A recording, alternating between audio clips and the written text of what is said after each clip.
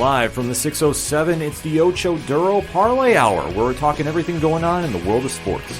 Join in the conversation on social media with the hashtag ODPH, because here we go. Instead of looking deep inside, every word I have to say, keep it simple. Welcome to an all-new edition of the ODPH podcast, better known as the Ocho Duro Parlay Hour. What is happening, everybody? Thank you so much for joining us this week. My name is Ken M. Joining me in studio, as always, you know him. He's the co-host. His name is Padawan J. Hello, hello, hello. Folks, we have a lot to talk about in the land of sports, and we definitely want to keep that conversation going after this show. How do you do that? It's very simple. You swing on over to odphpodcast.com. You join in the conversation on the social media accounts. They're almost all right there on the front page, except the brand new one, since we're now part of the Hive social network. Yes. That is sweeping over the millions and millions of online users. I could have done the rock intro, but okay. Yeah, I was thinking about it, but I'm like, I can't get my voice that well. No, true. Yeah, so I don't want to half-ass it. But that's why we don't do that, and that's why we always just say go to the ODPH podcast homepage, and you can find all the social media links. They're right there. You can also check out the TeePublic link, which you can go get some ODPH swag. The Patreon, which we did a special bonus for the listeners this month. We dropped the Do a Powerbomb review with Marty from Panel to Panel. Shout out to Marty. Nice. Yeah, we gave it to the general public, too. So the patrons, though, have had it for a few days now. So if you want that early access, you want that exclusive episodes, which I might sneak out one before the end of the month. I'm going to try to. Simple. One tier, $2 a month, and a whole lot of content on the way. Check out Parlay Points blogs. We always got something going on there. And you can also check out the directory, which, Pat, how many providers are we on? 121,000. Sounds about right to me, so I'm not going to argue that. The classified section, which has friends of the show, such as 3FN Podcasts, Organizational Link Support, and Black Lives Matter. All the pod groups we are in, and a few other things, too. That's why I always say, if it's anything and everything that is the ODPH, you can find it at odphpodcast.com. And always remember on social media, use the hashtag ODPHpod. But I'm super excited. That's why I stutter a little bit when I do the intro, because we want to get talking some sports. And when it's NFL season, that always kicks off the program. And we have to recap the week it was, but we have to give it with our locks and leaps picks. So, Pat, kick us off. Got to start with one of my locks. And listen, I ain't going to beat around the bush and wait until we go through all the other games to talk about this. I want to get this out of the gate right away because, holy fuck, this game is incredible for a lot of different reasons. I knew you had this. And this was the New England Patriots to defeat the New York Jets, which they did by the final score of 10-3. Mac Jones, 23 of 27 for 246 yards passing, no touchdowns or interceptions. Zach Wilson, listen to this stat line, 9 for 22, 77 yards passing, no touchdowns or interceptions. For the New England Patriots, Damian Harris, your leading rusher, 8 carries, 65 yards, no touchdowns. Zach Wilson, your leading rusher for the New York Jets, 3 carries, 26 yards, no touchdowns. Ramondre Stevenson, your leading receiver for New England, 6 catches, 56 yards, no touchdowns. For the Jets, Denzel Mims, 2 catches, 35 yards, no touchdowns. Couple of interesting stats with this game. Oh? Yeah, because, good Lord, this is something all sorts of friggin' bonkers and wild that I was just like, wait, what?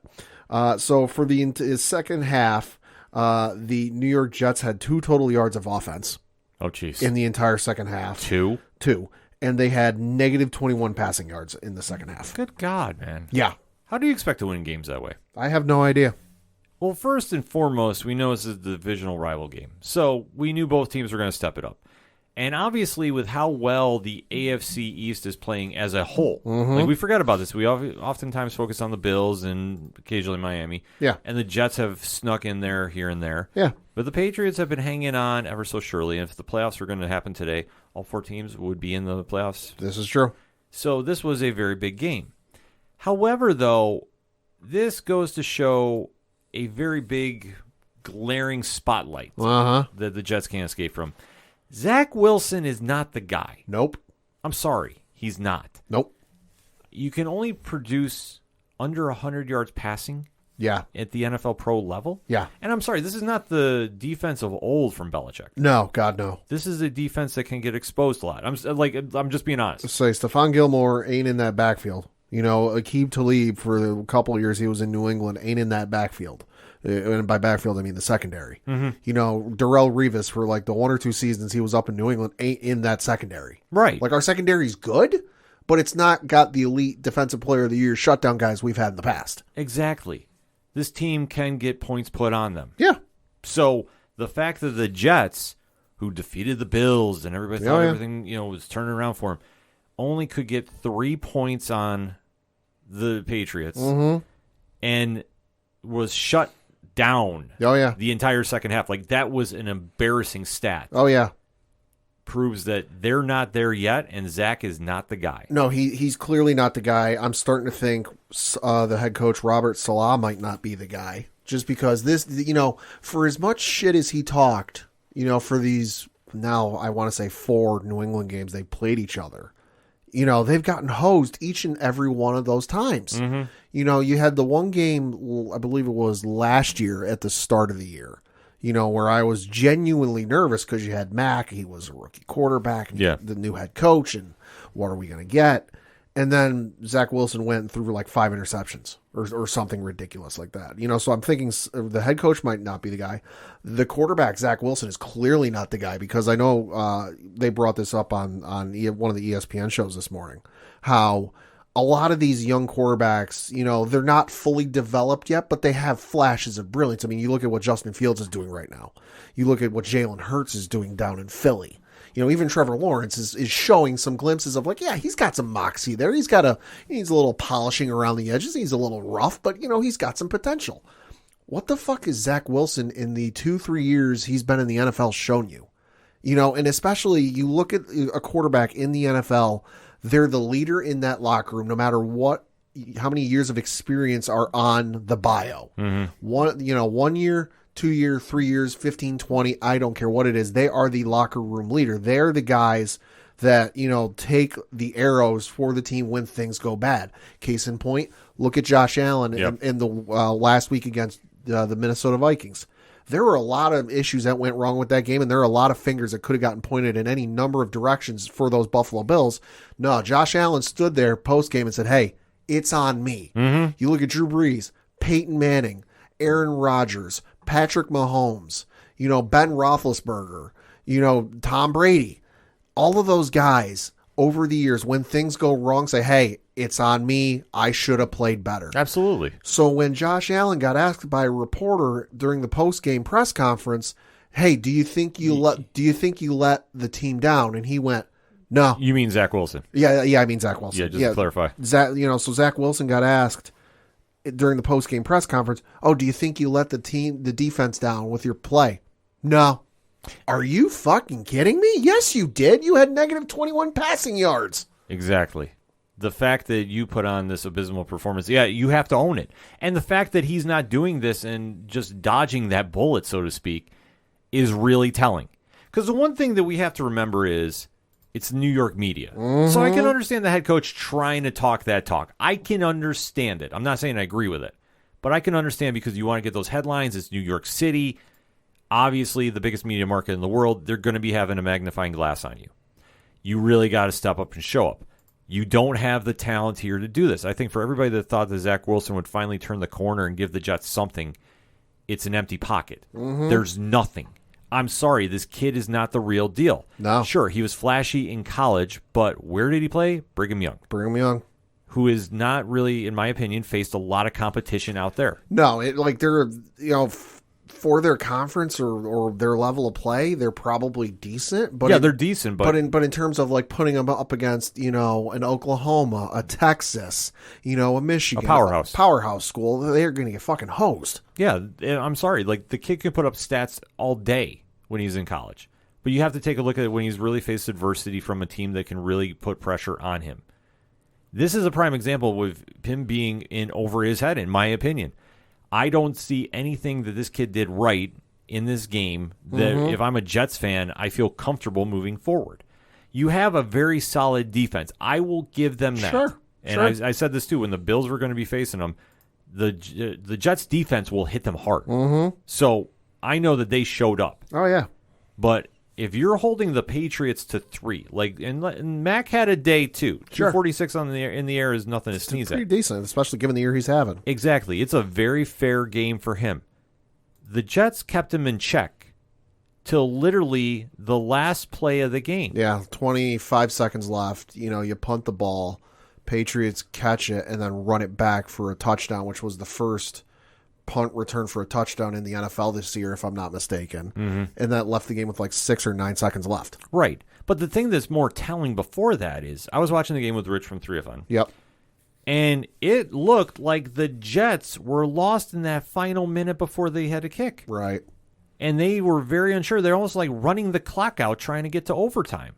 Like, it was kind of a weird setup that they were trying to do. Mm-hmm. But I'm sorry. Like, if you are playing for overtime as how it was perceived, Yeah. what are you doing out there? Mm-hmm. Like, you should try to go get the game win. And if you can't, you're thinking you're going to kick it deep and you're putting a lot of pressure on your special teams. Right. You can't afford to do that because if you're giving the home team the ball with some time left, they could pull something out. Right, and that's the thing, too, is, now I will give the Jets this. The Patriots are not exactly known for their special teams. Oh, sure. Razzle-dazzle. They're good for maybe a kick return a year, maybe a punt return a year if they're decent. And I'm even thinking back to the days when Wes Welker was here, and he was our punt return guy. So they're not exactly a team. So, okay, I get that, but then at the same token, you just completely blew coverage and everything else and let them run down the field basically unopposed. Yeah, it's foolish. And they have burnt. Yeah, no, they did. And it appears, there are reports today that there are several players on the defensive side of the locker room, of the New York Jets that are frustrated with Zach Wilson and are a little pissed off by what he said. And rightfully so. And rightfully so. There's a lot of speculation he's lost the locker room, which I would think at this point. But it appears the only person speaking up and saying anything is Jets rookie wide receiver Garrett Wilson. So reading from an article, parts of an article on ESPN.com from Rich Cimini, the rookie receiver told reporters, quote, "This shit is sorry. We're out here looking sorry, and we know that we're not sorry. That's why it really hurts. We know we're better than that. That's why it hurts," close quote. The article goes on to say, where is it? Quote, "Later, he vented in front of his locker. He didn't name names, but his rant seemed to be directed at Zach Wilson and the coaches. Quote, I'm done with this. Garrett Wilson said the coaches, quote, have to put more trust in the receiver room and suggested there's a lack of accountability. Quote, it starts in practice, he said. It's got to be better. The things we see and don't call out, it has to start getting called out. This is unacceptable. No one wants to feel like this, but that's not enough. Hopefully this is a wake up for some people in the facility to get on their details, close quote. He declined to single out anyone, saying, quote, it's all of us, close quote. This man is saying what Zach Wilson should. Exactly. Well, that's the whole point. They don't have a locker room leader, as it's coming across. Like, when you're watching the body language coming from this game, this is a crushing blow. Because if they win this, arguably, sure, they're in that driver's seat to get in the playoffs, in one of the lower seeds. But they're still in that talk. Like, if they put something together, they can make a run. Well, I mean, because let's just assume everything else in the division plays out, the way it did on Sunday. So the Bills pick up their win. The Dolphins are doing what they do. That would have put the Jets at 7-3 and tied with both the Bills and Dolphins for first place. Right. And then however else it would have broken out after, the details and specifics of, well, this is why this team's ahead of this team is because the head-to-head win and playoff matchup, whatever the fuck it is. Yeah, I mean, first place is on the line. Yeah, first place. They would have been tied for first place. Yeah, so the fact that they blew it, literally, is very telling that this team is not ready for primetime. No. Like, just when you think the Jets are going to turn the corner, they're not going to do this. And you can say, oh, well, it's just one game. Is it really, though? No. That's the situation you have, because with seeing how quickly that team turned, and you can definitely tell there's problems in that locker room, how much that flipped like a light switch is very telling of the culture of that locker room, in my opinion. And this is a team that was coming off of beating Buffalo, by 3 points, went into the bye week, and you're coming off arguably your biggest win of the season. Their other wins in the season were against the Cleveland Browns, Pittsburgh Steelers, Miami Dolphins, Green Bay Packers, and the Denver Broncos. Let's ride. Yep. So arguably their biggest win of the season, considering how everyone has picked Buffalo to do this season. Sure. So you're riding high, the emotions are high, you're feeling great about yourself. You got the bye week, you ain't got to worry about too much. You get to watch some games, do work on some practice, watch some film. And then you come out and lay this turd, and all of a sudden, things are imploding in the locker room. This ain't something new. This has always been there. It's just the cracks were waiting to really spread open. Yeah, so now you got to take a look at the offseason. If they don't make the playoffs, and there's a sure chance they might not. They might not. Zach, I think, is gone. Oh, absolutely. I mean, if they're smart. And I think their coach is going to be on the hot seat. Mm-hmm. Very short leash. And I think the problem is that when you're almost in that kind of Rex Ryan mode where you're promising a lot of things and it just doesn't come to fruition, you can get away with that in a smaller market. Mm-hmm. You can't get away with that in New York. Even if you're the Jets, you can't get away saying that because that's going to haunt you. Oh, yeah. So for them, they got to find some ways to put some wins together and at least find some kind of offensive spark. Mm-hmm. Unfortunately, I just don't think they're going to do that. On the flip side, I mean, Patriots, this is a good win for them. Yeah. There's one that they definitely were hanging in there a little too much with the Jets. I think that they didn't take advantage of enough opportunities in the second half. Oh, sure. Both teams, for sure. Now, looking at the schedule going forward, the New England Patriots are playing on Thanksgiving this upcoming week against the Minnesota Vikings. That is up in Minnesota. Week after that, they're playing on Thursday again, playing the Buffalo Bills.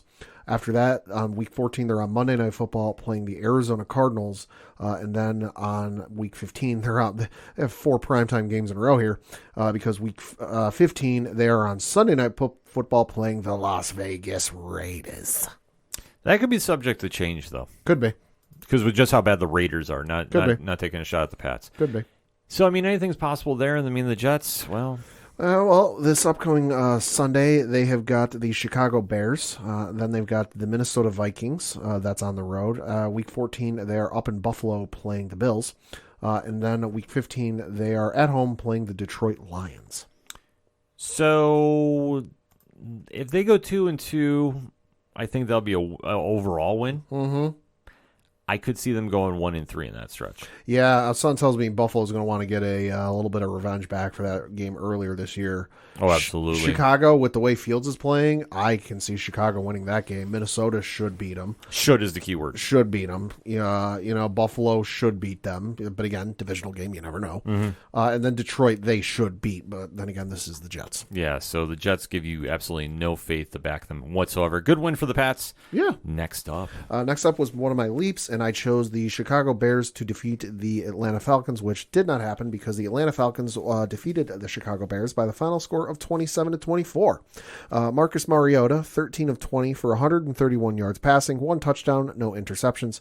Justin Fields, 14 of 21 for 153 yards passing, 1 touchdown, 1 interception. Tyler Algier, apologies if I butchered that name, leading rusher for Atlanta with 8 carries, 55 yards, no touchdowns. Justin Fields, the leading rusher for Chicago with 18 carries, 85 yards, and 1 touchdown. Kyle Pitts, your leading receiver for Atlanta with 3 catches, 43 yards, no touchdowns. And then David Montgomery led for Chicago with 3 catches, 54 yards, and no touchdowns. Pat, who is Atlanta? What is Atlanta? Atlanta is winners. Yeah, they are. I mean, a very surprising game. I will say there wasn't a lot of highlights here, though. No. So that's something we got to remember. Pitts, after the game, though, is on IR. So MCL, PCL, something. Yeah. It's a something CL injury. Yeah, so I think, unfortunately, his season is done. Yep. But this game turned out to be more competitive than I thought it was going to be. I think Chicago might have found that offensive spark in Justin Fields. He is trying to do everything in his physical power to put points on the game. And you can say it's good or bad thing that he's the leading rusher. I think for Chicago, listen, anything is good if it's on the plus side. This is true. So I don't think anybody can be super mad about it. It's just a matter of, like, when you start thinking of the role players on there, who's really stepping up. Yeah. I mean, it reminds me a little bit of some of the early Lamar Jackson stuff. Yeah, I can see that. Where he's running all over the field, but he could pass. And Justin Fields is the same way. He can run, he can pass. It's just the difference between the two is Lamar had guys to throw to. Yeah. He had Hollywood Brown. He had, Mark Andrews. You look at the receivers for Chicago, and I mentioned David Montgomery, but you've got Cole Kmet, he's all right. I mean, he had 3 for 35 and no touchdowns. Yeah. But you also have Darnell Mooney, Aquamius St. Brown, Chase Claypool, and then Treston Ebner. Yeah, Claypool should be doing more. But 2 for 11 with no touchdowns. Yeah. Just going to leave that one alone. Yeah. But this is where I think Chicago is going to start showing flashes of brilliance. I mean, like I say, I'm not expecting them to make the playoffs by any means, but if you can start enticing that there might be a future here with Fields at the helm, Sure. I think that's the biggest win. I mean, they're showing sparks and they're showing some positive steps forward, but is it enough to get them in the playoffs? No, but it's showing some like, hey, if you make the right moves in the offseason with free agency and then with the draft, you got some promise going forward. Exactly. And for Atlanta, I mean, there's nothing really nice to say. I mean, they showed up. Thanks for playing. They could sneak in that playoff, though, because the NFC South is that bad. The NFC South is absolute garbage. Looking at the playoff standings, Atlanta is actually currently in the 9 seed. Yeah. They are 5 and 6. They've got the Washington Commanders, who are ahead of them at 6 and 5. So I mean, they're right there. Yeah. Looking at the schedules for the Atlanta Falcons, ironically enough, they have the Washington Commanders this upcoming Sunday. After that, they play the Pittsburgh Steelers. They've got a bye week in Week 14, and then they come back to play the New Orleans Saints. Although interestingly, that one's time is to be determined, so we'll see when that one gets placed. And then for the Chicago Bears, they have got the New York Jets this upcoming Sunday, followed by the Green Bay Packers in Week 13, a bye week in Week 14, and then they come back against the Philadelphia Eagles in the Week 15. God, the fucking Bears after their bye week. They've got the Eagles, Bills, Lions, and Vikings. That's a tough stretch. Woof. That's a tough stretch. Woof. But the bar is set very low, so I think if anything, it would be a Justin Fields showcase. Oh, yeah. Like, do I think he's going to get nominated for MVP? No. No, but at least he's giving the Bears hope. And that's the biggest takeaway you can have here. Which they haven't had since what? The Rex Grossman days? Yeah. It's got to be somewhere around there, too. Yeah. I mean, their defense was always very, very good during that time. But yeah. Now, I mean, all eyes are on Justin Fields. So, I mean, if you can keep producing yards, I mean, that's a win. Mm-hmm. So I can't stress that enough. Like, that's the only take home from this game. Yeah. Atlanta won, which, like I say, is two bad teams playing, so somebody's got to win. Yeah. You would think. You would think. So, that being said, we'll just go on to the next game. Mm-hmm. And that would be my leaps. So, because Pat and I both had the same locks. And this was an interesting game, though, because I thought Minnesota was going to come out swinging. Mm-hmm. I really did. I thought that, okay, this is going to be a team that you just beat the Bills. Yeah. You're at home. Yep. 9-1 is in the grasp. Mm-hmm. And then what the hell happened? Lord have mercy. I have no goddamn idea, but the Dallas Cowboys put an absolute whooping on the Minnesota Vikings by the final score of 40-3. Dak Prescott, 22 of 25 for 276 yards passing, 2 touchdowns, no interceptions. Kirk Cousins, 12 of 23 for 105 yards, no touchdowns or interceptions. Tony Pollard was your leading rusher for Dallas with 15 carries, 80 yards, no touchdowns. Dalvin Cook led for Minnesota with 11 carries, 72 yards, no touchdowns. Tony Pollard also led in receiving for the Dallas Cowboys. 6 catches, 109 yards, 2 touchdowns. And then TJ Hawkinson led for Minnesota with 5 catches, 34 yards, and no touchdowns. So after watching this game, what is your initial reaction to Minnesota? Well, watching this game for as much as I could because I was busy. So I got home from some activities on Sunday. I was busy. Mm-hmm. I was watching the game while I'm doing some laundry, making some dinner. Mm-hmm. And I had the game on because I'm like, hey, I haven't really been able to watch football all day. It was the only game on in the later games in our area, so I was like, all right, I'll watch. I went to sit down and eat my dinner, and they're showing the score like they would at halftime on CBS. Mm-hmm. And they're like, oh, because of the score of this, like I saw at one point, I think I saw Ezekiel Elliott's second touchdown, and then I, went to change my laundry over, make my dinner, and I sat down, and all of a sudden it was like 30-something to 3, and CBS is like, yeah, we're going to switch you to a more competitive game, and I went, what the fuck happened? Yeah. So for what I saw with the game on Sunday before they switched it over, it just looked like Dallas was clicking on all cylinders and they had Minnesota's number. I think for Minnesota, this is kind of a bump in the road. I don't think this is indicative of any cause for concern. It's just, hey, it's a bad week and you had some bad play. You bounce back from it and you come back next week. For Dallas, it's a good game. Mm-hmm. I want to give them their due, but if you are this good that you beat one of the best teams in the NFL, why can't you do this week in and week out? If you are this good, you should play this good every single week. Now, I understand that some weeks, hey, much like Minnesota, stuff goes wrong, bad plays, miss coverages, whatever else. But if you're this good, it shouldn't be like a question of, well, are you going to win this week or no? You should be going into this week no, yeah, they're going to win. Mm-hmm. I think the biggest takeaway I had from this is we saw the real Kirk Cousins. Cousins is one of the most inconsistent players we've seen. Mm-hmm. He got up for the Bills game, played out of his mind, and then you face Dallas at home, mind you. Yep. And this is one of the situations when he has a really good game, he usually doesn't have a back-to-back good game. He was really, in my opinion, just thinking he was going to turn on a switch, just watching the body language a little bit. And Dallas just came out swinging. I think that they understood the deal. They understood that Minnesota was looking to go 9-1. Obviously, with Philly losing, Right. this had a lot to weigh in on. But I think that Dallas understood the situation. They understood the assignment, and they definitely went in there and imposed their will. When they got Ezekiel Elliott running, that's a good thing. Pollard, though, I mean, has taken over as that's his team. Pretty much. Like, he is the franchise guy right now, in my opinion. It's just they're paying Zeke so much they can't afford to just sit him. Right. So it's a weird kind of dynamic they have in Dallas, but this is, Dallas economics 101 in my opinion. Yeah. I know we're going to get a tweet about that. But Dallas went in there, and they definitely punched them in the mouth and set the tone early. I mean, when it's 23-3 at halftime, there really isn't a lot to say, and then they came out swinging in that third quarter, and especially when you're seeing Dak connect with Pollard for big yards, that's huge. And especially this is something that if they want to make a run in the playoffs, they're going to need to do. They're going to have to really shift a lot of focus to Pollard, and Pollard's got to take over games.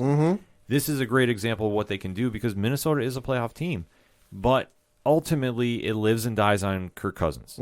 He needs to produce. He needs to do it. He is getting the paycheck for it. And you know what? If you're not producing those results, this is going to hold your team back. And this is one of those games that, they should have won. Oh, yeah.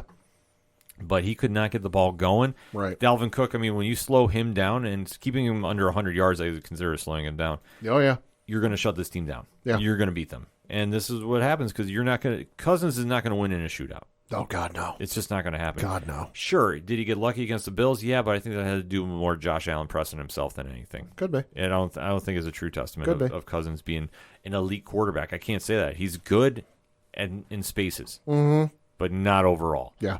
So that said, I don't know exactly how Minnesota is going to go from here. I know that their schedule is kind of a little interesting for me moving forward. Yeah, so for Minnesota, like we mentioned, they've got the New England Patriots this upcoming Thursday on Thanksgiving. After that, they've got the New York Jets, Detroit Lions, and then the Indianapolis Colts. And then on the flip side for the Dallas Cowboys, they've got the New York Giants this upcoming Thursday on Thanksgiving. So, whoa boy, that's got some implications. Yeah. After that, they've got the Indianapolis Colts, the Houston Texans, and then the Jacksonville Jaguars.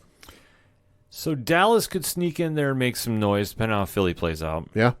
So I think that they're clicking at the right time. I think Minnesota, even though on paper it doesn't look like it's that tough of a stretch, I could see them splitting, even going a 1-3 in that route. Sure. It just depends on what Cousins does in the game. If he shows up and he balls out, he's great. But he has to get motivated. Like, I think he'll bounce back next game. Right. I really do, because he's hearing it all this week that You fucking better not bounce back next game. Take a week. Bounce back after next week. Well, you think, but if he takes another loss this week, there's going to be a lot of pressure on him. And he's got to step up and produce. And like I said, when you can go, you like that, and get into that mode, yeah, he's great. But then when you see him partying and dancing on the plane With all the players' chains on. Yeah. Yeah. That's the sign that he's really feeling himself a little too much and that he's not going to produce. So which one are we going to get this week? I think we get the bounce back one. I hope not. But we'll have to wait and see. But if they're going to make the run, they need to find that fine balance. Right. If they don't have that balance, it's all going to be for nothing. So that kind of makes it a little tough for how you're going to predict the playoffs, because I'll tell you what, one team that is definitely not going there, the Pittsburgh Steelers. Yeah. And I thought with my leap, like, it's division, it's Cincinnati, who's having a down year. Maybe, just maybe, they could pull off the win. And then, Pat, what happened? The Cincinnati Bengals, while wearing their all-white uniforms, which looks fucking awesome, mind you, beat the Pittsburgh Steelers 37-30. Joe Burrow, 24 of 39 for 355 yards passing, 4 touchdowns, 2 interceptions. Kenny Pickett, 25 of 42 for 265 yards passing, 1 touchdown, no interceptions. Samji Perrine was your leading rusher for Cincinnati, 11 carries, 30 yards, no touchdowns. Najee Harris led for Pittsburgh with 20 carries, 90 yards, 2 touchdowns. Receiving was T. Higgins was the leading receiver for Cincinnati with 9 catches. Holy fucking shit. 148 yards receiving, no touchdowns. And then George Pickens led for Pittsburgh with 4 catches, 83 yards, and 1 touchdown. Pickens had a really good game. I think that's something for Pittsburgh to really look forward to. Obviously, with their carousel of wide receivers. Oh, God, yeah. So if Pickens can keep developing, I think that's good. I really think it's going to be good for him. But end of the day, Cincinnati did sneak this one out. This was not a pretty game by any stretch of the means. No. But Joe Burrow did Joe Burrow things. And I think if he can get the ball moving, especially with Jamar Chase being out, he needed somebody to step up. Perrine did. Oh, yeah. T. Higgins did. So when you can get those role players really moving, that's huge. Yeah. And I think that'll be enough that if they get in the playoffs, they could make a run too. Mm-hmm. But it just depends if they can stay healthy and if that defense... Yeah. The defense let Pittsburgh put up 30 on them. We need to talk about that. Yeah. That's a sign of concern. Well, and it's also a sign of concern, but it's a sign of concern, I think, in terms of second half adjustments, but just because looking at the box score, it was 20-17 at halftime. Mm-hmm. And then you come out of the gate in the second half, Cincinnati puts up 20 to Pittsburgh's 10. Yeah. So that's a little concerning, especially for Mike Tomlin, who's beaten every other team in the NFL minus Pittsburgh, because duh. Yeah. But that's a little concerning for Pittsburgh. Now, granted, I realize that they're not expected to go that very far. They're not even expected to win the division this year because, well, they're not that good. Mm-hmm. But still, for a Mike Tomlin-led team who's always been known, for their defense, it's a little concerning. It's definitely concerning. It's something they're going to need to take a deep look at in the offseason. Right. But I think the big takeaway you have from here is the Bengals are definitely hanging on. Oh, yeah. And they're going to scrap. They're hanging on, and they're also hanging over because, God, 30 points is a lot to give up. Yeah. To a Pittsburgh-led team who Kenny Pickett's your starting quarterback. Ben Roethlisberger and Terry Bradshaw, he is not. No, he's definitely not. And Franco Harris and Jerome Bettis ain't exactly coming through those doors, for a third down conversion. Mm-hmm. I think they definitely got a lot of work to do, and I think for Pittsburgh, they're going to need to really focus on that. But Cincinnati, I think that they won gritty. How long they can keep doing this, that's going to be the big question. And I think they also have to watch out for injuries, too. Because if Joe Mixon starts slowing up a little bit, Perrine's going to have a lot of pressure on him. Right. You can do this against a Pittsburgh team, but can you do this against some of the upper echelon teams? That's the big question. Right. Well, I'm looking at the standings. So for the AFC North, the Baltimore Ravens are currently in first place at 7-3. The Bengals are in second place at 6-4. Then you've got the Browns at 3-7 and the Steelers at 3-7. So, just looking at how the Ravens have been playing, they're currently on a 4-game winning streak, beating the Browns, Bucks, Saints, and Panthers. So, and especially with just the way Lamar's been playing this year, probably not going to get the division just because Lamar's balling out of his mind. So I think for the time being, never say take your eye off of it, but take your eye off of it at this point because I don't think you're going to get it. But as we currently sit here recording, the Bengals are currently in the 7th seed with the same record as the New England Patriots, who are in the 6th seed, and then the New York Jets, who are in the 8th seed. So if they can just hang on, I think they'll be okay, but I think they're not going to make a deep run unless they can put the magic together. They really need to tighten up that defense. And if Burrow can get clicking with the other role players, that's the thing, because Jamar Chase has always been a safety blanket. Yeah. He doesn't have that this season. No. So what's he going to wind up doing? That's where we got to have to move forward and focus on. Mm-hmm. So, interesting week, though, of the locks and leaps, but we have to get to the recap of the rest of the league. So, Pad, take us away. Yeah, so the Thursday night game was the Tennessee Titans beating the Green Bay Packers by the final score of 27-17. Man, Green Bay is done. I think it's safe to say. Uh-huh. Aaron Rodgers, I'm not doubting he just bounces at the end of the season. I'm really convinced of that. Could be. The only concerning thing is, well, one, I'd have to look at what his contract status is in terms of how many years he's got left, and B, if that's, 1A or, whatever, or 1B, I should say. If he's got multiple years left on his contract, what's the dollar amount? Because that could hamper a lot of teams. But if it's no years left on his contract, well, then that's real easy. No, obviously he's got that whole new deal worked out. So I don't exactly know how that plays, but I could just see him retiring and saying I'm out. Could be.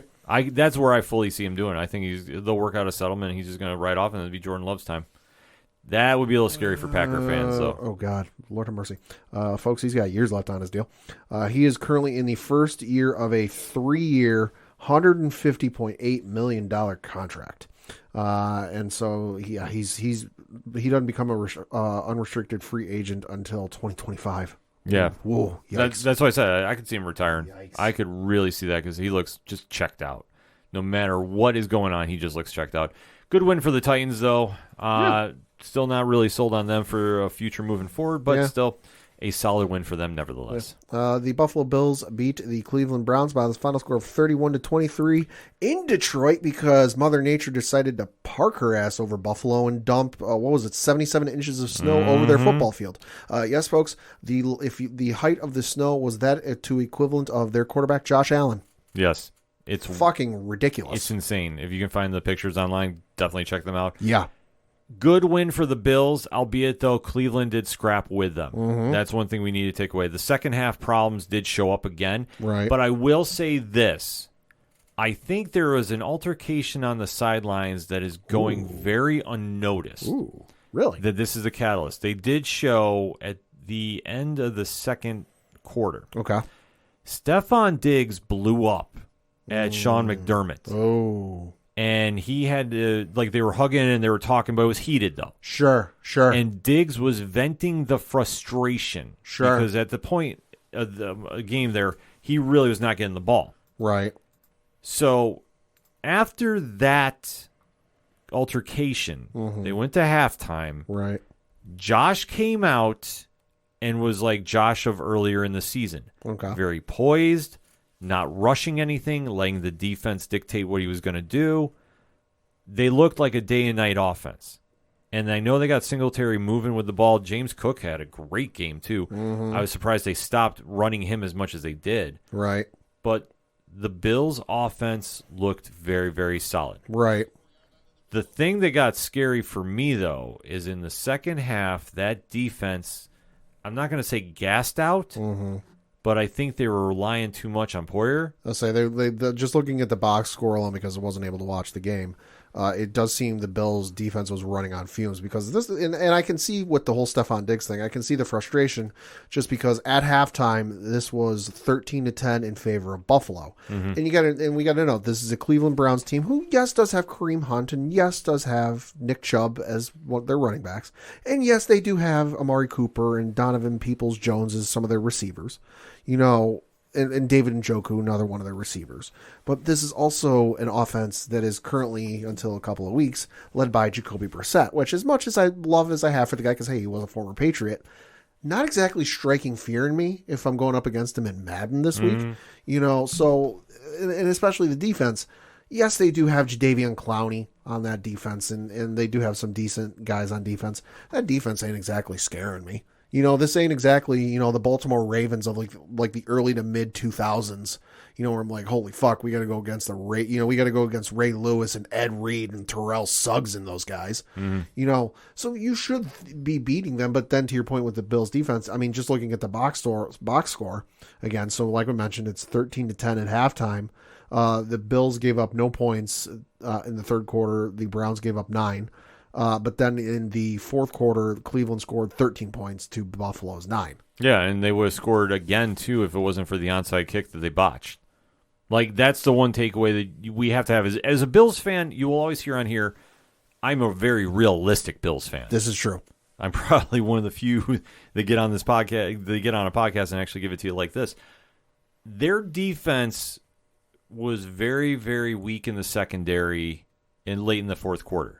They were letting Peoples-Jones and Cooper get open for big plays. Oh, yeah. Cooper had 113 yards and 2 touchdowns. Yeah. Help for my fantasy team. Oh, it was big time because he was getting open on the corners and even just going over the middle, too. But another takeaway that they had is they did not stop Cleveland for 8 first downs in the first half. Jesus. Like, they were blowing a lot of third downs where they should have been stopping them. Jesus. Yeah, like, that is a very telling sign that their defensive scheme was completely taken off. Maybe they got overhyped up about slowing down Nick Chubb, which I don't blame them. Could be. Because if you hold him to 19 yards, that's huge. But when you're getting beat by Jacoby Brissett, who should have just been like letting it all hang out because next week Mr. Watson comes back. Yeah. So it's a situation you want to kind of show up and play for. Like, I know Rich was talking about this as well, and I agree with him about the stat. I think that you need to just leave it all on the field and go for broke. Right. And I think he started realizing that in the second half. The first half was very conservative, but the Bills were putting a lot of pressure on him, too. Right. I mean, that's the one thing they did nicely. But yet again, we're seeing these patterns of the second half where they just don't get the ball rolling enough to be consistent. It's something that I'm hoping they get fixed as they move forward. Uh-huh. But if they don't, I'm going to tell Bills fans right now, temper those expectations about a deep run in the playoffs. I think Josh played solid enough for the offense, so I did like what I saw there in the second half. But that defense is starting to make me have pause for concern. Mm-hmm. I mean, and the Bills, this game should have been more just because it's Jacoby Brissett. You know, he's a journeyman, he's a filler, he's a stopgap, obviously, until Deshaun Watson comes back in a couple of weeks. You know, he's not exactly striking fear in you. I mean, this was his second highest. I was looking through his stats on ESPN.com. This was his second most yards he's passed in a game. Mm-hmm. The only one he beat was a couple of years ago in 2019, where he played the Houston Texans and he put up 326. Yeah. So he was 2 yards short of his career high in passing. This is the Bills' defense, which admittedly I know you have said and others have said we're missing some pieces on defense, but still. Yeah, their secondary is beat up badly. But still, this is Jacoby Brissett, and this is still a Bills defense that's pretty damn good. Oh, yeah. No, Jacoby Brissett burning you for 324 is not like full-blown concerning, but it's like, okay, this is a little odd. It's something to have an eye on moving forward. I know the Bills got Detroit this week. Yep. And then I think Cleveland has got Houston, which would mark the return of Deshaun Watson. He is coming back against the Houston game, which I'm pulling up their schedule right now. Let's see. So it's another week. So this upcoming week, the Browns are playing Tampa Bay. That's at home. And then the week after is Houston. So I think at this point, if I remember reading correctly, Deshaun Watson can be in the facility for practice. Yeah, he's practicing now. For practicing stuff, but he cannot come back and play until the week after, so the December 4th game. Yeah. So it's interesting to watch, though, for the Bills, though. I did like what I saw. I just don't understand, one, why you did not. I don't care what they want to say. Everybody knew that game was going to get canceled. Why they were not in Detroit on Thursday? I think the only reason it would have gotten canceled was because you couldn't get enough players there. Just because I know there was the one, and I apologize, I forget the guy's name, but I saw SportsCenter shared this offensive lineman for Buffalo's Instagram story, but this offensive line, you can find the video on SportsCenter's various social media accounts, Facebook, Twitter. They're not on Hive yet. Yeah. But they shared this offensive lineman's Instagram story where it was like the entire neighborhood where he lived was using their shovels and plows to get him out so he could get to the airport so they could leave, because for whatever reason, like you said, they hadn't left yet. And I know there was some concern about the Buffalo airport, or the Orchard Park Buffalo airport, because as of the night before, because I know on the local radio station in our area that carries the games, they were talking about this. They were calling it Tarmac Gate, because the night before Buffalo was supposed to leave, there were still feet, plural, of snow on the tarmac where the Bills plane was supposed to take off. So I think that was the only reason the game would have gotten canned or whatever, was because they couldn't get out of Buffalo, or because that's the other thing too, is the interstate out that way was shut down, for those who don't know. So either, they couldn't get out of town, or they couldn't get enough players there. Yeah. And plus now they flew back to Buffalo. Did they? Yeah, they flew back. Oh my God, I thought they'd stay. That would be the logical thing to do. See, that's what I was telling people, including my mom. I was like, yeah, no, this story's wild. You got all the snow in Buffalo. So I figured they just stay there an extra couple of days, bring an extra pair of clothes, and just stay there. No, they flew. And now God, that's so dumb. I don't know what the exact reasons, but I don't agree with them. No, I don't either. Christ, we'll just officially chalk it up to reasons and leave it at that. But boneheaded stuff, I'm just hoping it doesn't come back to haunt them on Thursday. Next up. You had the Philadelphia Eagles beat the Indianapolis Colts by the final score of 17-16. Good God, man. What happened with Philly? One loss, and now we're struggling against the Jeff Saturday-led Colts. Yeah, it's a slight bump in the road. Every team goes through. Oh, my God. Yeah, Philly is lucky they snuck out with this one. You still had a $190 and one from Jalen Hurts. He rushed for 86 and 1 touchdown. Yeah, but big defensive lapse Yeah. for the Colts late. Yeah. They let Hurts just walk in the end zone to ice that game. Yeah. So Philly's lucky they snuck away with this. The Colts, Jeff Saturday, he's got this team playing well. It's crazy. Yeah, we'll see. Yeah. You had the New Orleans Saints beat the LA Rams by a final score of 27-20. Matt Stafford's done. Yeah. I know that I will say this. I know he went into concussion protocol. Right. And I'm hoping for the absolute best. I would say for him, regardless, I saw before he was taken out, get him out of here. Like, the season is done anyway. You're 3-7. You're not going to make a deep run. Right. Get your surgeries on your arm now. That's what I mean. Like, he's done. And I think that whether he's cleared or not, he should just go right to the surgeries and be done. Right. And I'm reading from the injury report on ESPN.com for the LA Rams. And this is, as I'm showing Ken, this is as of November 21st. Matthew Stafford is listed as questionable. And it says, quote, after undergoing further testing Monday, the Rams have yet to place Stafford in the NFL's concussion protocol. Skylar Carlin of USA Today reports. Okay. I'm going to just say this. Like, if you even...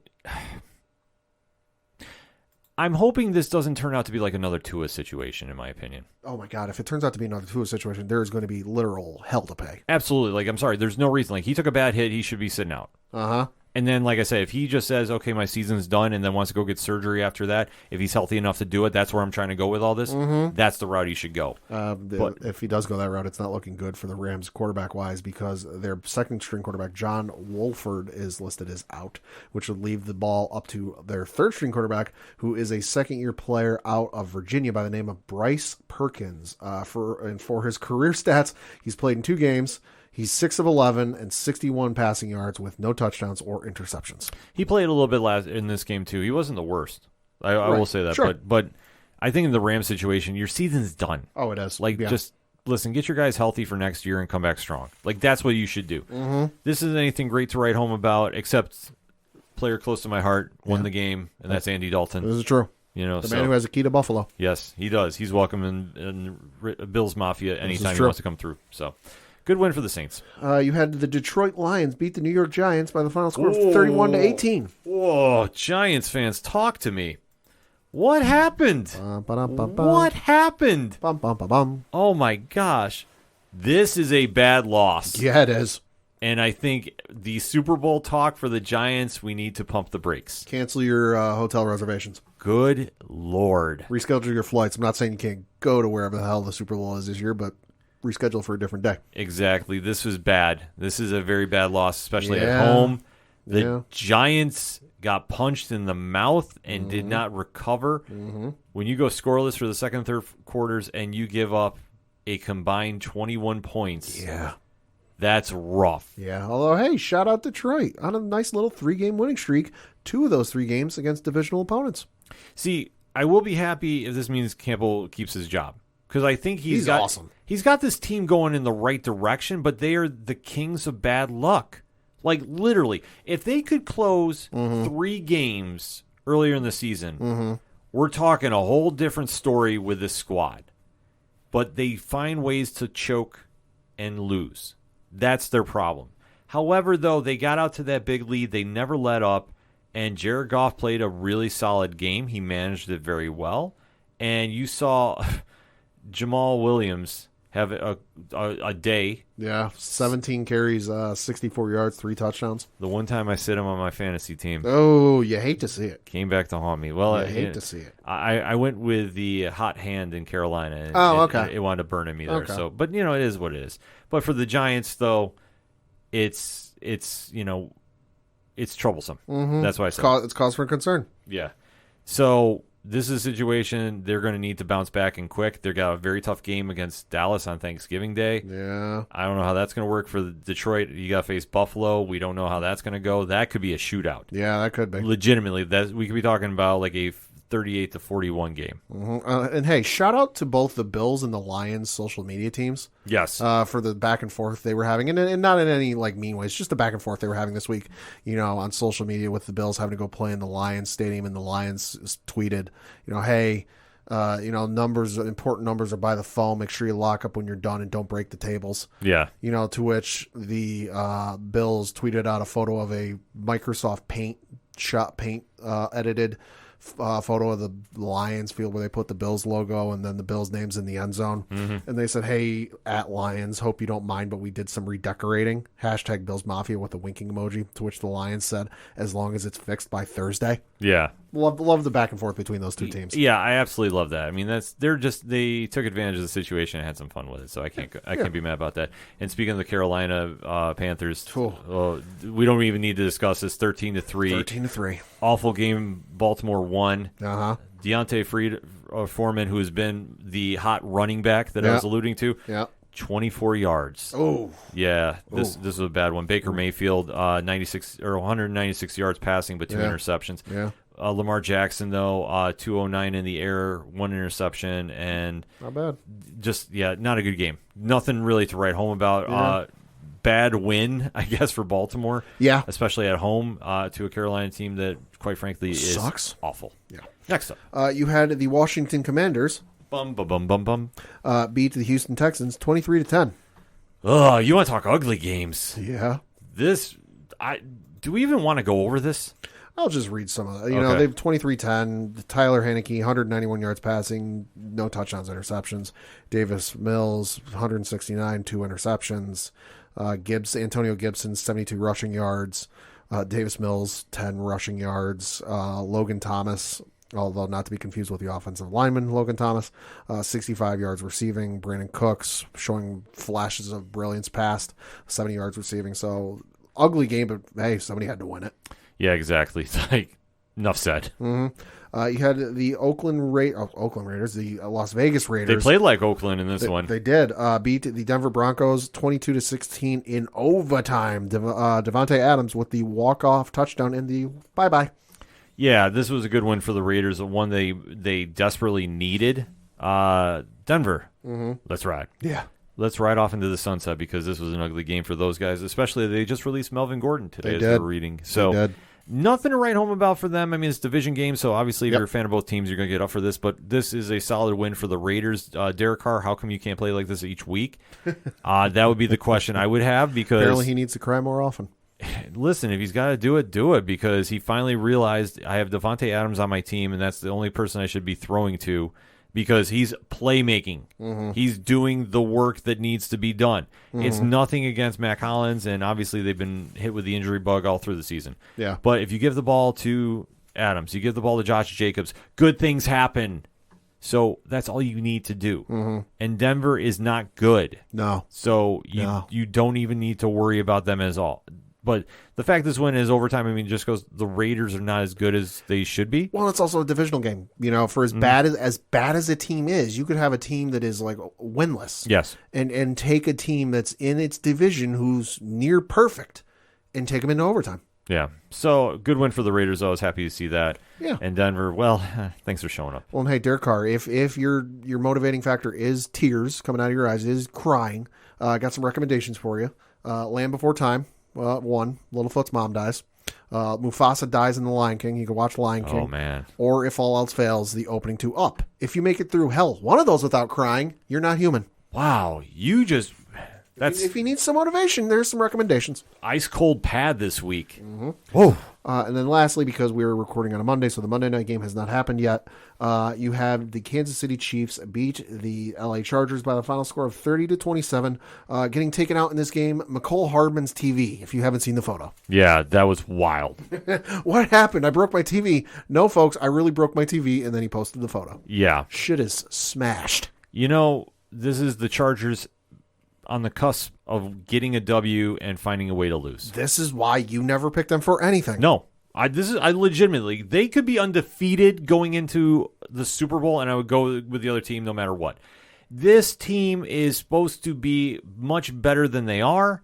They're talented on both sides. I know Keenan Allen came back this week, and I wish I played him on fantasy, but I didn't. It is what it is. But they can't close out against the tough teams. They can't. Nope. This is a situation. They had the Chiefs on the ropes. They should have won outright, and yet we find a way to lose. They fell to the trap that is with all great quarterbacks. Too much time left on the clock because they got the ball back with 6 minutes and change left, and a deficit of 23-20. They then went down the field and scored to put them up 27-23, which, hey, good for you. But also that was with 1:46 left in the game. And I don't know how many timeouts there were because I was watching the Walking Dead series finale. So regardless of how many timeouts are left, this is Patrick fucking Mahomes. Yeah. Too much goddamn time left. The greats will kill you. Yeah. And this is something the Chargers, for whatever reason, you can't figure this out. You can't. I'm sorry. Like, I really want to see this team do well. Sure. Like, I don't hate them. I'm just like, the teams and the fan base has been through enough shit. At this point, it's like the Cubs. You want to see them win a little bit. Yeah, I'd like to see them win if the Raiders aren't going to do well. I don't root against the Raiders. Sure. And the Chiefs, I have no love for. Yeah. So this team should be doing better than they are, but they're 500 at best. They legit are the middle of the road, the middle of the pack, the middle of the sandwich, so to speak. Like, there's nothing to it. I'm sorry. Like, there's nothing about this team that excites me thinking they're going to be a playoff team moving forward. Like, they're going to make a deep run. They're going to be one and done. I don't care if they sneak in somehow. They're going to be one and dones. Because they can't put it together for a run. And this is a team that, with as good as Herbert is, and then you look at all the offensive weapons they got, should be a shoo-in to hell, at least contend for the championship game. Yeah. And I'm not talking the Super Bowl, I'm talking the AFC championship. No, they should be in the AFC championship game. They should be. But no, like I said, they're the middle of an empty sandwich. I'll put that analogy out there. Sure. Because legitimately, they look good on both sides. Yeah. But nothing in substance in the middle because they can't put it together. Yeah. Like, legitimately, it's mind-boggling to the umpteenth degree that this team finds ways to lose like this. They're the LA Dodgers. Yeah. They're the LA Dodgers of the National Football League. All the talent in the world on paper. Yeah. And all the flashes of brilliance during the season, but then they just can't put it together. Yeah. So have fun staying in the mediocre lane because I'm sorry, that's where you're at right now. And then obviously the last game, but we can't really talk about it because, hey, it hasn't happened yet, is the 49ers taking on the Arizona Cardinals. That's taking place tonight as we record from Mexico City. That'll be a fun game. I do like Frisco in that one a lot. I think Arizona is just too puzzling right now. Currently as recorded, the line is San Francisco by 10, although well, if I'm not mistaken, and I'm looking it up now, I think Kyler Murray is out for the game, which, so Marquise Brown, Hollywood Brown is on injured reserve. DeAndre Hopkins is listed as questionable, and if I'm not mistaken, Kyler Murray is listed as questionable on the injury report, but if I'm not mistaken, I don't think he's playing tonight. That'll make for a very, very long game. Uh-huh. Ugh. ESPN.com source, Kyler Murray out for the game tonight. A lot of headlines coming out of this week's NFL action, so definitely hit us up on that hashtag ODPH pod. What is your thoughts about the current week of the NFL? How's your team doing? Are we talking playoffs? Are we talking draft picks? What are we talking about? Hit us up on the hashtag and let us know. We're going to take a quick break. We'll be right back. Are you tired of watching the same old awesome movies? Are B movies more your style? Then the folks over at They Call This a Movie have you covered. Join us every Thursday as we review the worst of the worst in sci-fi, action, comedy, and more. We are available on iTunes, Stitcher, Spotify, and Podbean at theycalledthisamovie.podbean.com. They Called This a Movie, testing the strength of friendships, one terrible movie at a time. Coming back for another segment on this edition of the ODPH, and it's time to talk some pro wrestling, and there's only one thing about pro wrestling we're going to be talking about this week. Oh, yeah? Wargames! Oh, yeah. Wargames! Survivor Series. Wargames! Survivor Series. Wargames! There you go. Oh, my God, I'm so hyped up for this because Survivor Series needed a shot in the arm. If you're not familiar with it, it is the WWE's big pay-per-view of the fall/winter season. It's the Thanksgiving tradition. Yes, it is, but it's kind of gone away from that tradition because what they used to do is way back in the 90s, they used to have survivor teams. So it'd be like a random mix of teams together. Yep. Whoever survives on those teams would team up again later in the night for who would be the sole survivors and go from there. It's always just like a little fun one-off. In years past, or in more recent years, I should say, rather, they've kind of gone away from that format. They've treated more like a traditional wrestling card. They have implemented bragging rights between the two brands of Raw and SmackDown, even 1 year putting NXT in the mix. But now they've kind of gone back since Vince McMahon is no longer there. Triple H wants to make it something special, and he has now brought in something they used to do in NXT all the time, and that is Wargames, which is the 2-ring steel cage match that definitely will put on some spotlights, put on some headlights. It will definitely get you watching it. There's always something wild that happens in it. So definitely excited for that. But there's a couple matches on this card before Wargames that we need to discuss. So let's break it down. So the first matchup we're going to talk about is probably, I'm going to guess if it's not, because obviously the men's Wargames match is going to close. Duh, because it's with Roman. But if it's not the women's Wargames, if the women's Wargames match doesn't open, I can see this matchup opening the whole damn card, because any other circumstance, this matchup should headline a card. And that is AJ Styles of the OC taking on Finn Balor in a singles match. Yeah, this could possibly open the card. I'm going to say it doesn't. I'm going to agree with you that the women's Wargames match will open the show. But I will say that this will be midway through, because this is going to be a great match. Battle of Bullet Club legacies, I guess we should say. That now Finn Balor, since he has been on the main roster returning, they've put him in the Judgment Day faction, which I think is in a weird position right now. It's at the point where I could see it breaking up and everybody going their own way. Or if they want to try giving it one final shot to do something. But but when you tie it into where it began, where Edge was showing the youth of the WWE, the way of doing business, so to speak, it's gone away from that to now it's just 4 people together. One of them is really not good. I'm not going to sugarcoat that. Listen, I just think that Dominic Mysterio really needs a lot of work if he's going to continue to do this, in my opinion. Like, I'm sorry, I'm not a super fan of his stuff. The biggest breakout star of this is Rhea Ripley. Oh, absolutely. No question about that. Her stock has risen through the roof from this faction. But take nothing away from the Balor side of things. AJ Styles has been like the foil to him for a while now. And AJ, since they have reunited him with Luke Gallows and Carl Anderson, have reformed the OC, which is the WWE version of the Bullet Club, which I hope they rectify and just call it Bullet Club at some point. Well, you never know. There is a whole thing with Noah and New Japan going on. Yeah, I mean, there's a lot of crazy business going on right now with companies working together, and the real forbidden doors are getting open. However, though, let's talk about this match. Obviously, they had their match at Crown Jewel, thank you.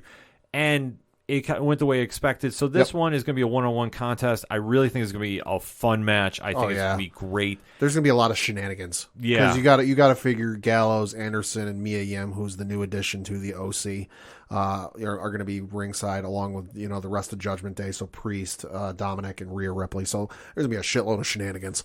Yeah. But I still think, though, at the end of the day, AJ Styles is going to get the win here. I just think that I could see Finn getting this, but unless it's setting up for another Wargames type match, like, where's the payoff? So I think it's going to end up being Finn for this, just because they just added Mia Yim to this storyline. And I can see the whole breakup thing happening, just not yet, because I don't think you're going to, you had the whole, we need to figure out our Rhea Ripley problem. We need to figure out Rhea Ripley, and Mia Yim makes her return to WWE after an extended period away from, doing other promotions. So I don't think they're going to just add Mia Yim to then break up Judgment Day and go that way. I think it's going to lead to another matchup, and I'm going to say this.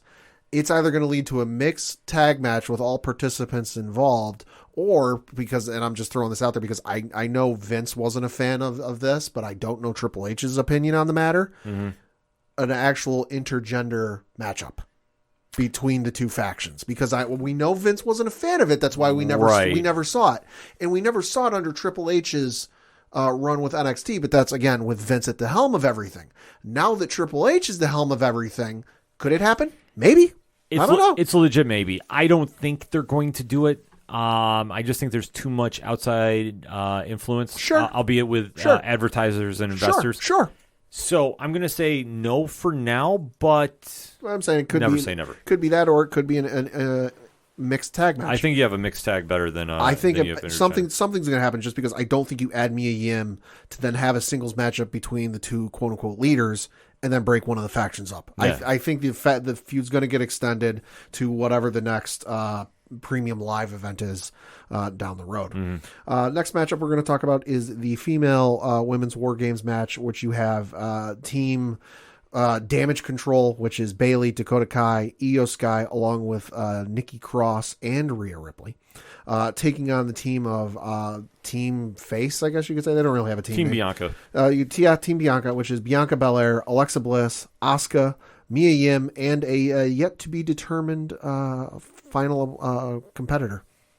See, this is kind of an interesting dynamic going on here. I mean, obviously the feud between Bayley and Bianca Belair has been absolute money. Yeah. Damage Control has been great. Yeah. I really like what they are doing there. The addition of Crazy Nikki Cross is huge. Crazy Nikki's awesome. Yeah, which, listen, nothing against Nikki ASH, but I think for what they're her being Sanity Nikki is far better. Oh, yeah. And I really like where they're going there. Obviously now adding in Rhea Ripley to the mix, and then you can have Mia Yim. See, you can finally have those two face off inside the Wargames match as a new dynamic. Sure. But the biggest X factor is who fills that final spot. Now, we have to think about who are some possibilities. Okay. Because obviously Alexa Bliss, Bianca Belair, Asuka, and Mia Yim are there. Yep. It's going to be somebody making a debut or return. Now, there is some rumor it could be Chelsea Green. Ooh, okay. I don't think it's going to be her. No. It could be somebody from NXT right now.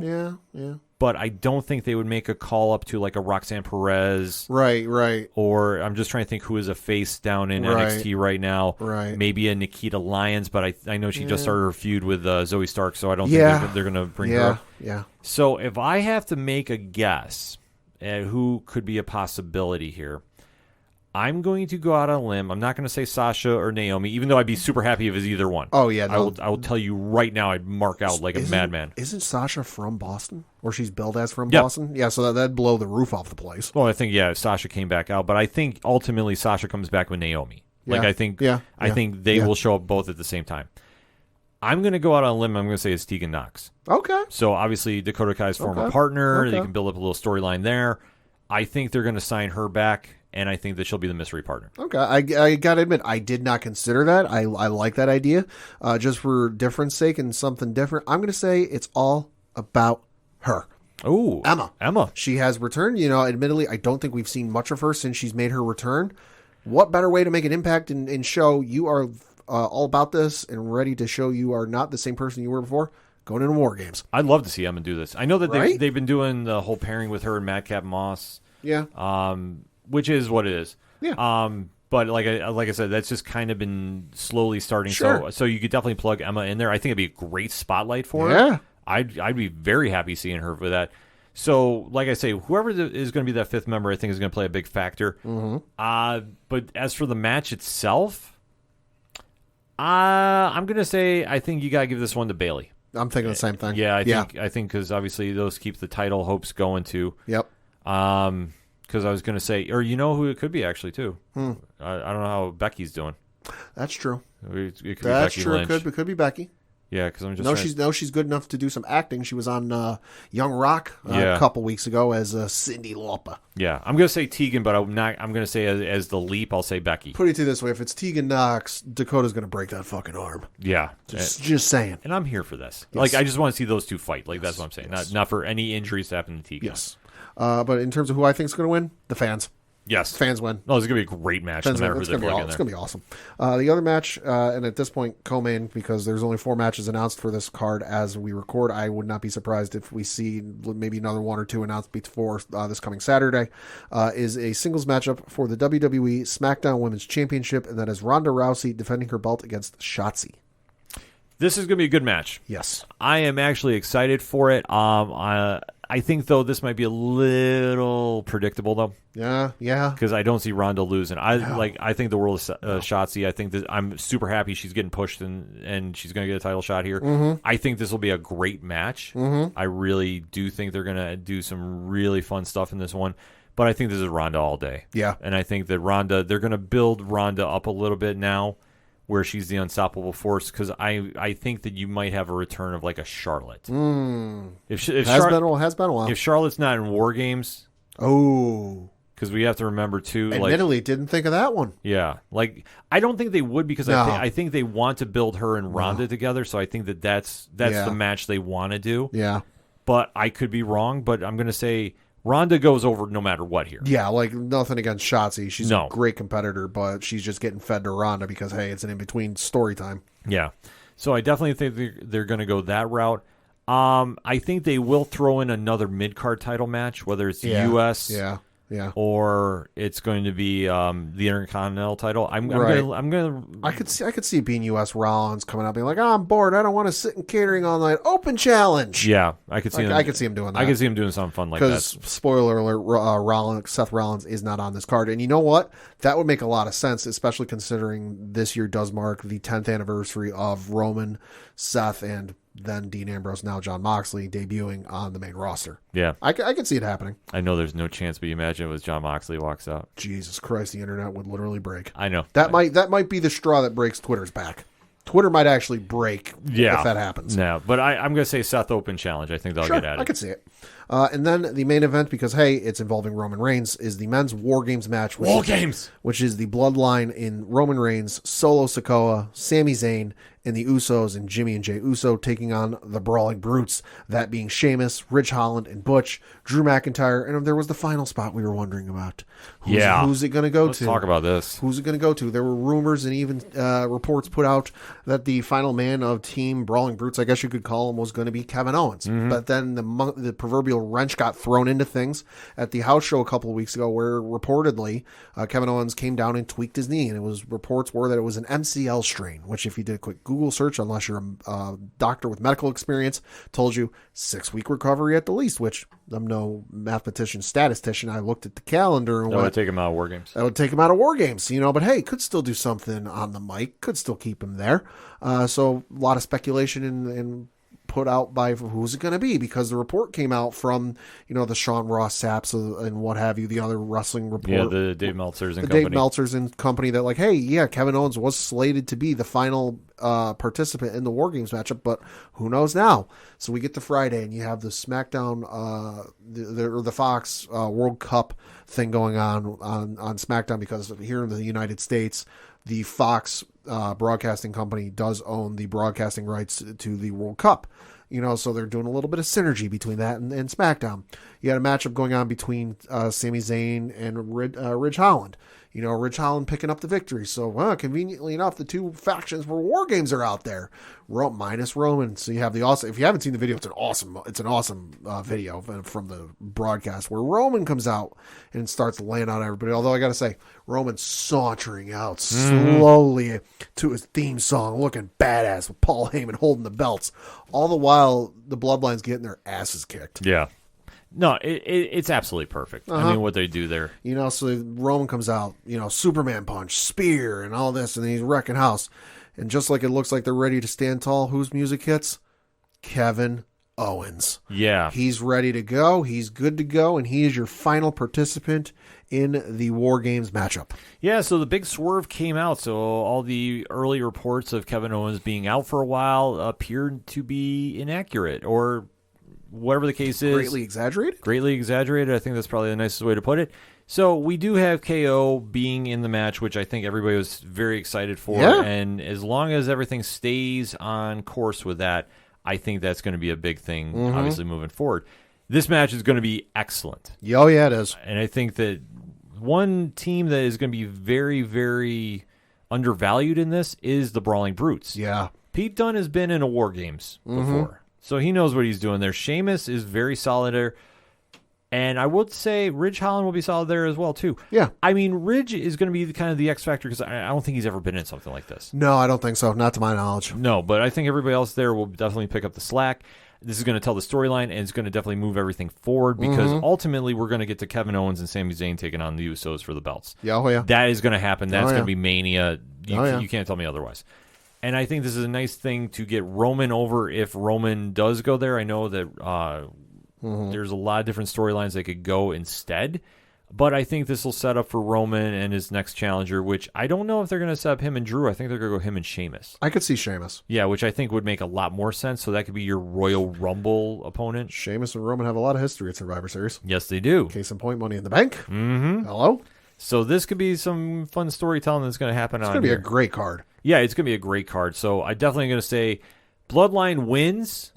But I think something happens that Sammy almost costs them the match. So I think the tears are going to happen there. And we should also note that if you do not subscribe to the Peacock Network, they are running their Black Friday deal again this year, where if you are a new subscriber, and this is for new subscribers, you can get the ad tier, so the one with ads, for 99 cents a month for a year. Yeah. So this is for new subscribers. So if you're not a subscriber to the Peacock for whatever reason, hey, your own choice. I respect that.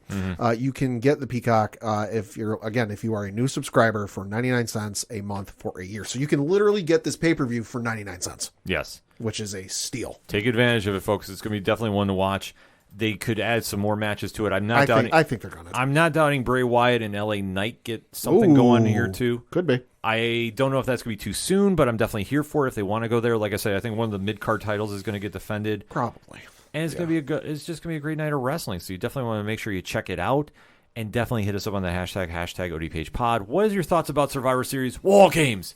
JVD is going to be marking out wherever he is for the amount of times I had to do the William Regal impression. Survivor Series what now? War Games. Okay.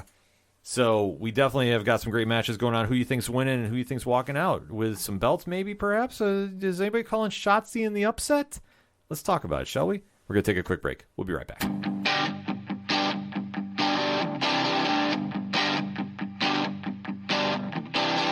This is Tom from Tom Joe Lou, This is Matt from Sideroom Sounds. and you're listening to ODPH Podcast. Wanna go where no one knows my name, to the desert, the oceans, or the plains.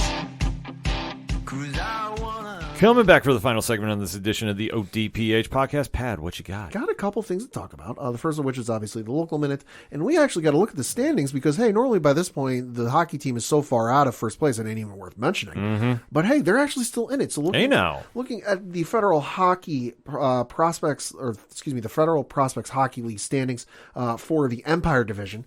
First place, you have the Danbury Hat Tricks in first place. Our own Binghamton Black Bears are sitting right there in second place. Oh, let's go. And right behind them, you've got Watertown, Delaware, and then Elmira.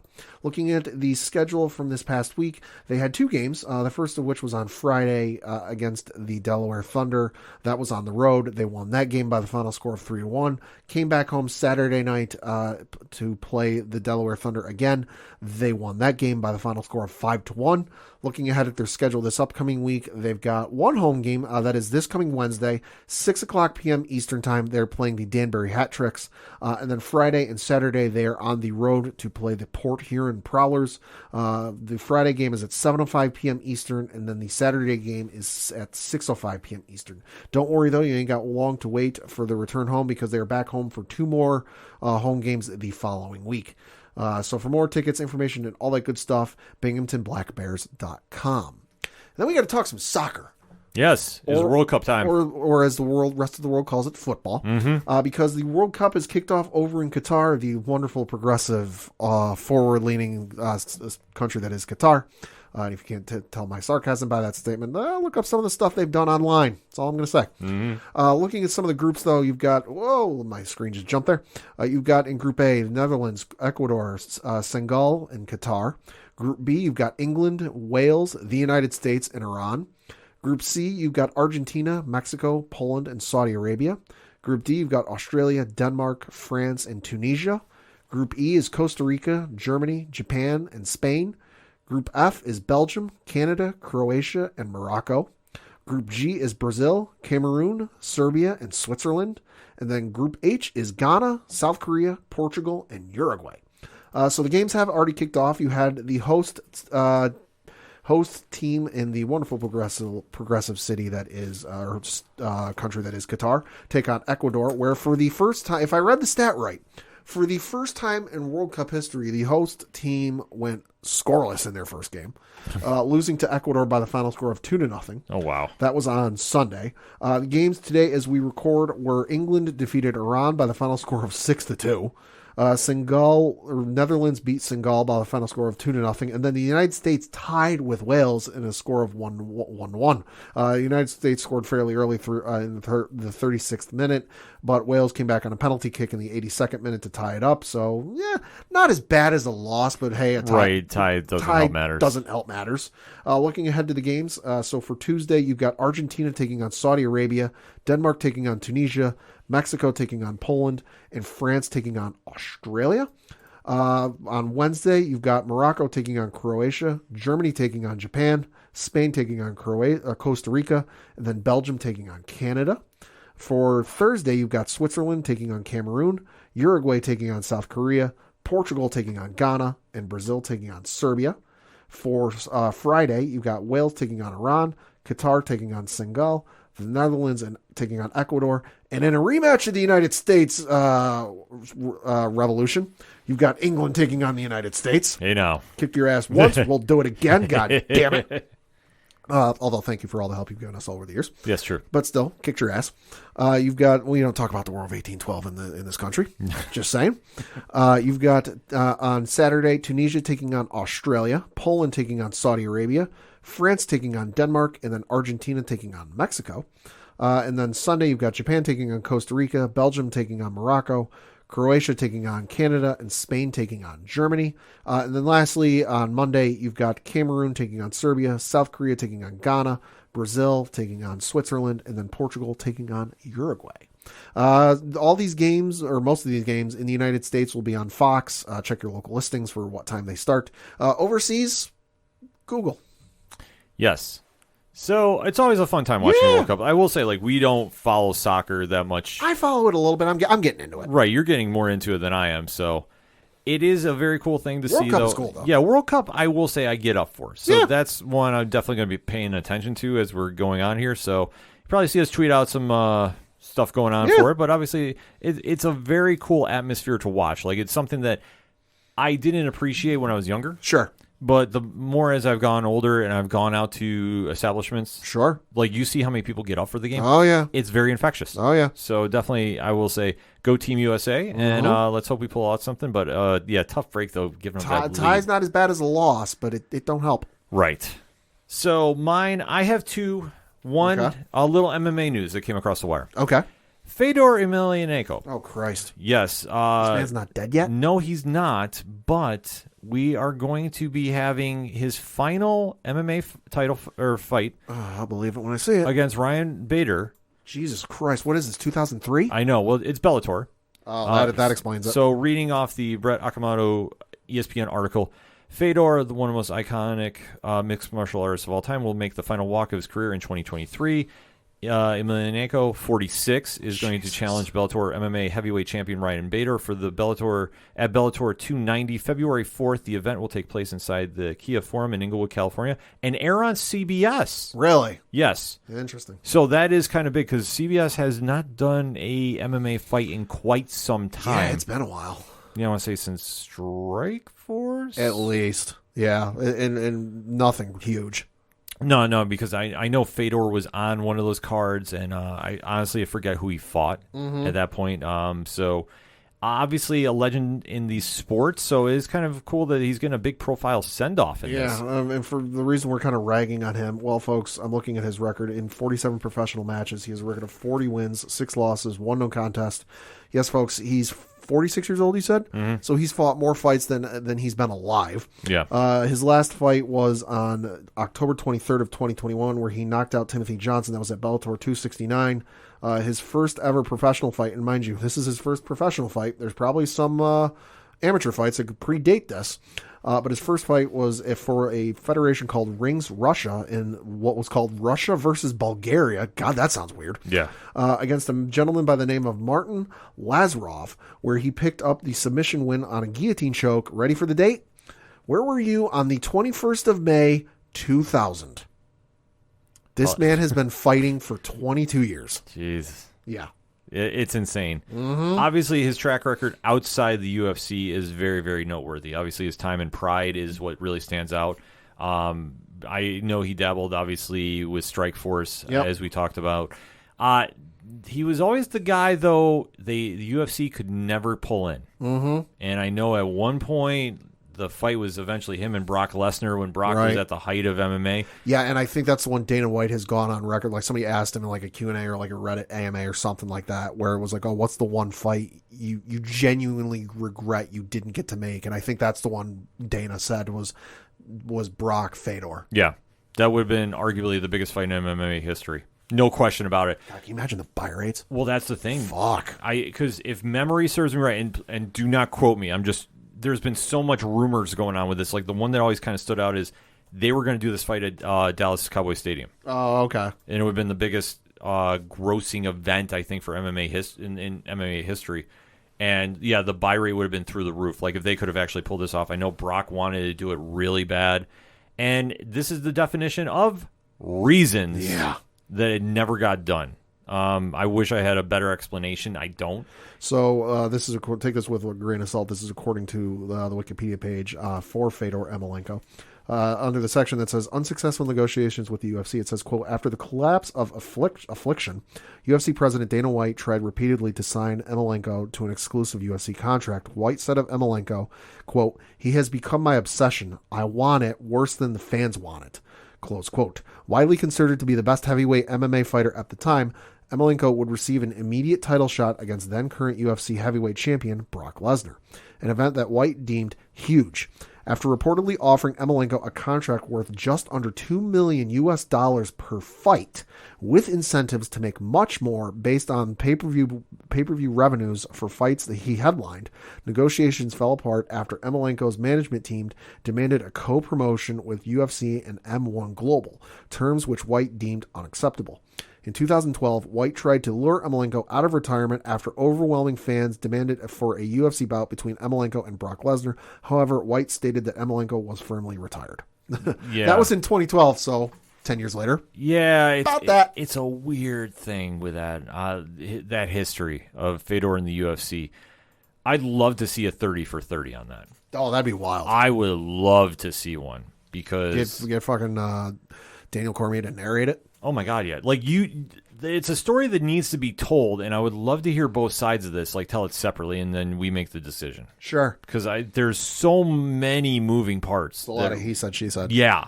That it'd be wild to see like where the disconnect was, because like I say, if this fight had actually happened, it would have been the biggest fight in MMA history. Oh God, yeah. For the time, yeah. I still think it would hold that record. I think nobody would touch that buy rate. Because the one thing you have to think about, Pad, is Lesnar has that WWE audience. Fedor has that other federation's audience, if you will. Sure. And if you put all of them together, watching in unison. Yeah, that's true. Like, that would have been a huge buy rate. So that would have been something. So according to the website statistissa.com, which the headline is leading Ultimate Fighting Championship pay-per-view events as of August 2022 by number of buys, and this is in the millions.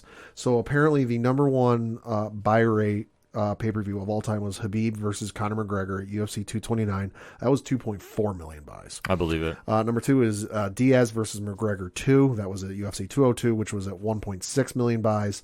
Poirier versus McGregor 2 at UFC 257, also 1.6 million buys. Poirier versus McGregor 3 at UFC 264 was at 1.5 million buys. For its time with where those guys were at, yeah, they would have eclipsed 2.4. They would drop 5. Easily. They would drop 5. It definitely would have happened. I would say mid to low 4s. I don't know if I'd necessarily go 5. No, I think, honestly, at that point, you're talking WWE audience. Yeah. You're talking UFC audience. We're also talking pay-per-views that aren't $90 a buy. Right. You're talking a $50 shot. Yeah. At that time. Yeah. Like, they would have cleared it.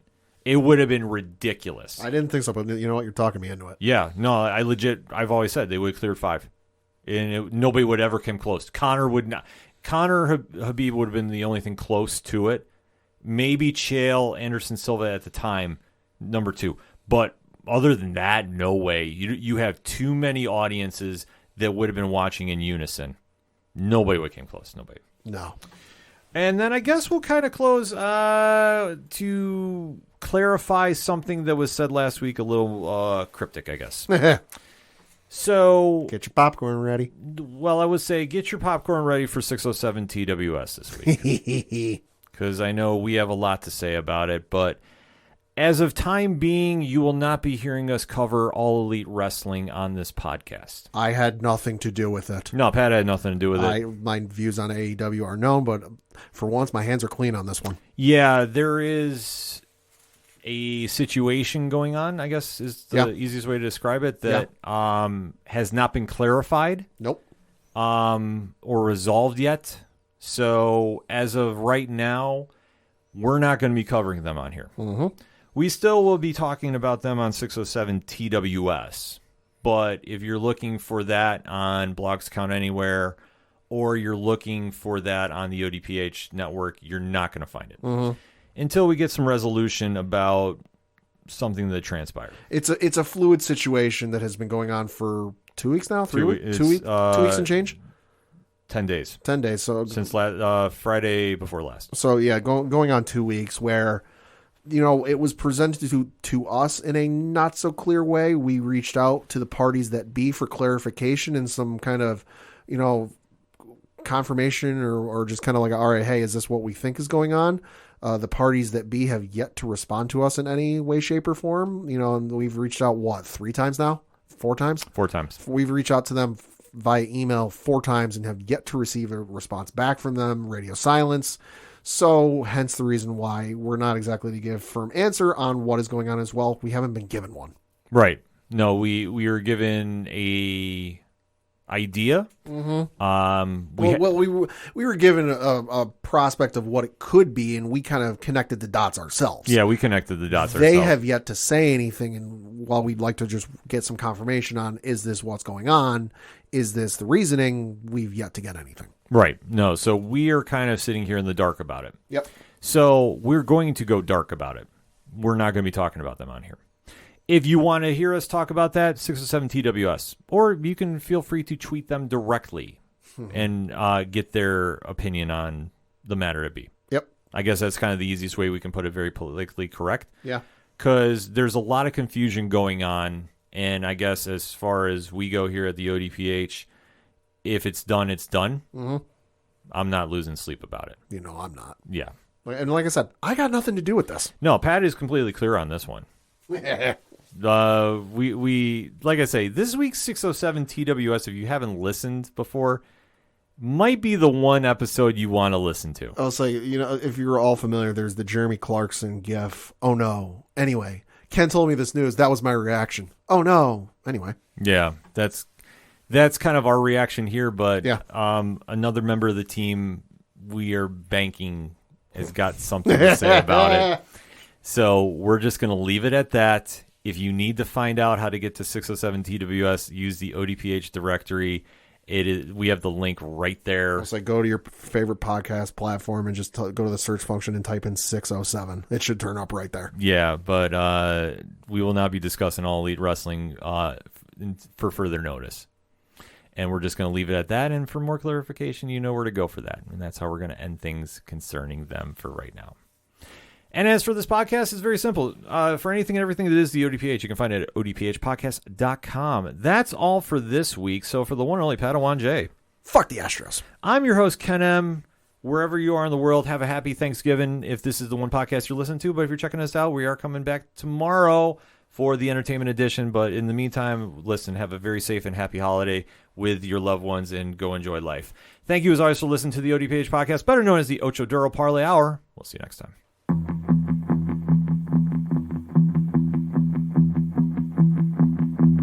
Gonna beat 'em to the punch. I'm gonna beat 'em to the punch.